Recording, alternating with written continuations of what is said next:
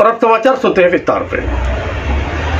पल पल घटनाक्रम बदल रहा था, हर क्षण कुछ न कुछ नया निकलकर सामने आ रहा था। और जिस मामला जो था वह था गंगा जमुना विद्यालय से जुड़ा हुआ। चुना आपने, गंगा जमुना विद्यालय लगातार सुर्खियों में बना हुआ है। एक फोटो वायरल हुआ था जिसमें हिंदू बच्चे भी हिजाब पहने बताया गया था। अब ये हिजाब है या स्कार्फ है, इस विषय को लेकर लगातार प्रश्न उपज रहे थे। जहां बचाव पक्ष में स्कूल प्रबंधन ये कह रहा था कि ये हिजाब नहीं स्कार्फ है, वही आरोप लगाने वाले यह कह रहे थे कि यह हिजाब है। और मामला लगातार तूल पकड़ता गया।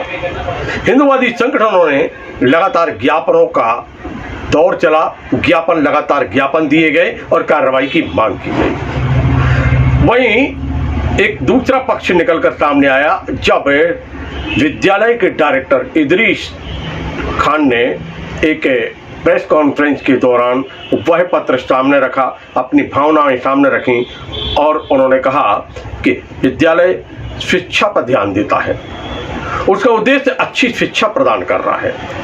किसी भी प्रकार की सामाजिक समरसता को ठेस पहुंचे, किसी के धर्म को कोई ठेस पहुंचे और किसी के मन को ठेस पहुंचे, ये उसका उद्देश्य कतई नहीं है। और इसी आशय का उन्होंने एक पत्र मुख्यमंत्री के नाम भेजा है और साथ में संबंधित लोगों को प्रतिलिपि भेजी है।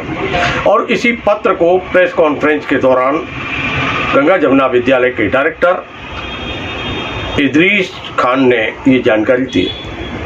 उन्होंने कहा है कि हम माफ़ी मांगते हैं उन सब से जो जिनके दिल पर ये ठेस पहुंची है। उन्होंने ये समझा है कि हमारा आपके धर्म को ठेस पहुंचाना है, आपके मन को ठेस पहुंचाना। अगर आपके मन को, दिल को कोई ठेस पहुंची है तो हम माफ़ी मांगते हैं। और साथ में उन्होंने ये जानकारी भी दी कि हमारे प्रबंधन ने, ये कमेटी ने जानकारी दी है, ये निर्णय लिया है कि आने वाले समय में अब ड्रेस कोड में बदलाव हो जाएगा। जो बच्चियां स्कार्फ पहनना चाहती हैं वो स्कार्फ पहनेंगी, जिनको दुपट्टा लेना है वो दुपट्टा लेंगी, यानी बंधन नहीं होगा, ऐच्छिक होगा सब कुछ। आइए लेके चलते हैं हम गंगा जमुना विद्यालय में और देखते हैं किस प्रकार डायरेक्टर गंगा जमुना के डॉक्टर यानी इदरीस खान ये जानकारी दे रहे हैं, पत्रकारों को संबोधित कर रहे हैं। स्थापना जो है सन 2010 में की गई थी और हमारा उद्देश्य जो है बच्चों को उत्तम शिक्षा देने का है। इस साल हमारे बच्चों ने जो है 10th क्लास बोर्ड में जो है काफ़ी अच्छे नंबरों से पास हुए हैं, तो उनका एक फ्लैक्स बना के बच्चों को बधाई देने के लिए बाहर उसको लगाया गया।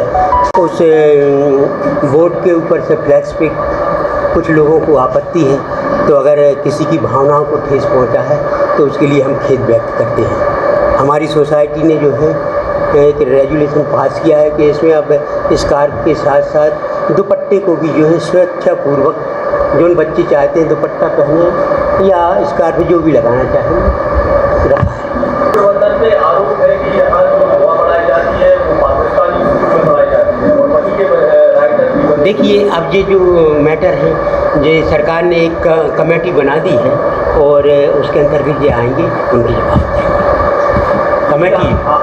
आपने प्रेस कॉन्फ्रेंस आयोजित की, जवाब तो आपको यहाँ नहीं, जवाब तो देखिए, मगर क्या है क्योंकि सरकार ने एक जांच कमेटी बिठा दी है तो हम उसके समक्ष जो भी सवाल आएंगे वो अभी जो आप सफाई देना चाह रहे हैं कॉन्फ्रेंस के सामने, उसमें आप ये बताएं जो पाकिस्तान की हुआ है वो आप नहीं जी, देखिए कोई भी ऐसा नहीं, जो भी मैटर सामने आएगा उसको देखेंगे जहाँ समिति में। एक विषय और आया है कि शिक्षकों को भी जो कन्वर्ट कराया जाता है, इस पर क्या कहना है? नहीं जी, देखिए शिक्षकों को यहाँ पर एक प्रोसेस है, शिक्षकों के रिज्यूम जमा होते हैं, उनमें जो शिक्षक मतलब टॉप होते हैं उनको इंटरव्यू के लिए बुलाया जाता है और वो इंटरव्यू के लिए आते हैं, उनमें जो टॉप करते हैं उनको रखा जाता है। अब वो कौन है कौन नहीं है उसके हमें तो सिर्फ सर्टिफिकेट देखते हैं, सर्टिफिकेट पे जो उनको रखते हैं। हाजी साहब, एक छात्रा की माँ का ये कहना है कि यदि वहाँ दुआ पढ़ाई जाती है तो वो ये भी मांग करेंगे कि सरस्वती वंदना स्कूल में कराई। देखिए जो भी है ये मैटर सब बंधु उसमें आएंगे,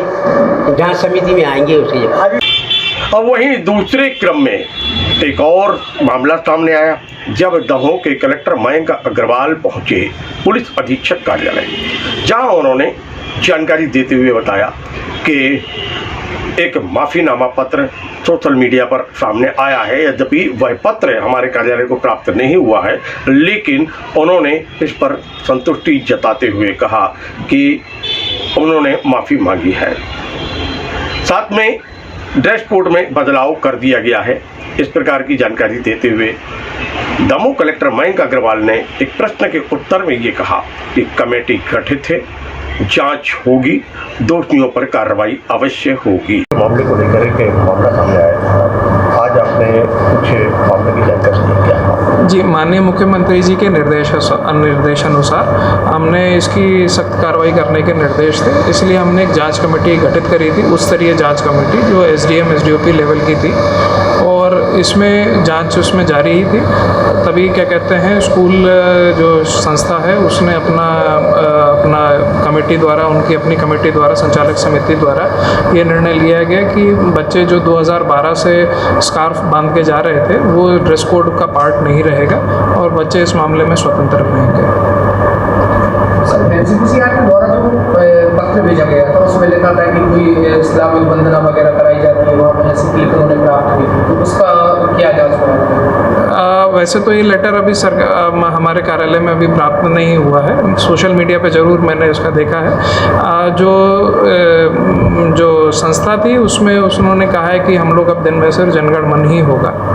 गठित कमेटी जो है जांच की, वो अभी जांच करेगी कि जांच पूरी करेगी, और जांच अभी पूरी नहीं हुई है, जांच अभी चालू हुई है, और जांच में जो भी बिंदु आते हैं और ऐसी परिस्थितियाँ क्यों उत्पन्न हुई उस पर कार्रवाई भी होगी अगर कोई मुद्दे सामने आए। वर्तमान में जो विषय चल रहा है उसको लेकर आपकी तरफ से कोई संदेश? नहीं समझे। संदेश कोई देना चाहते हैं? जिसमें जो विवाद चल रहा है हाँ। उसकी तरफ, आपकी तरफ से कोई संदेश है? नहीं, हमारा यही कहना है कि जो जांच कमेटी हमने गठित कर दी है और अगर उसमें कोई ऐसी चीज़ें बाहर आती हैं जो गैर कानूनी है तो उसमें बिल्कुल